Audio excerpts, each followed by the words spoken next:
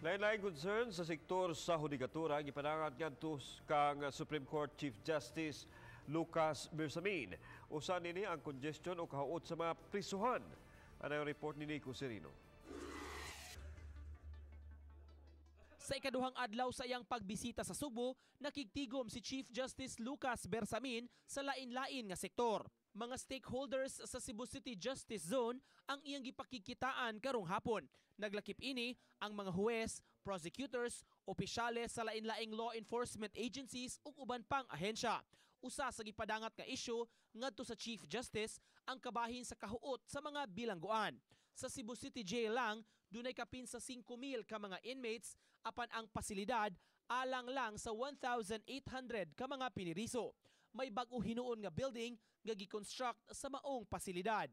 Sa issue sa congestion, may mga inmates hinuon nga mamahimong maka-avail sa plea bargaining sa korte. He was amazed by the number of PDL and the congestion rate and the total capacity of our jail. Usa sa gipaabot sab nga problema ang sitwasyon sa kakuwangan sa tubig sa City Jail.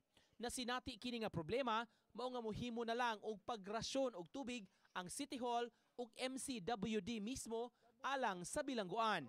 Padala ta og water tankers to augment the existing supply ug katong supply pud nga gihatag sa Cebu City government sa Cebu City Jail. Apparently tungod sa congestion or overcrowded na jud kay ang jail.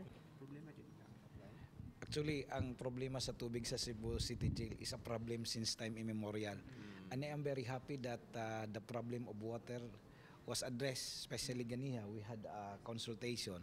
I'm very happy and thankful to the MCWD.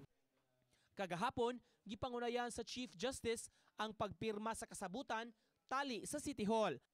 Alang kini sa donasyon sa syudad ug 1.5 hektaryas nga luna sa SRP alang sa tukuron nga Judiciary Complex. Uban ni Rod Prado, Nico Sereno, Balitang Bisdak.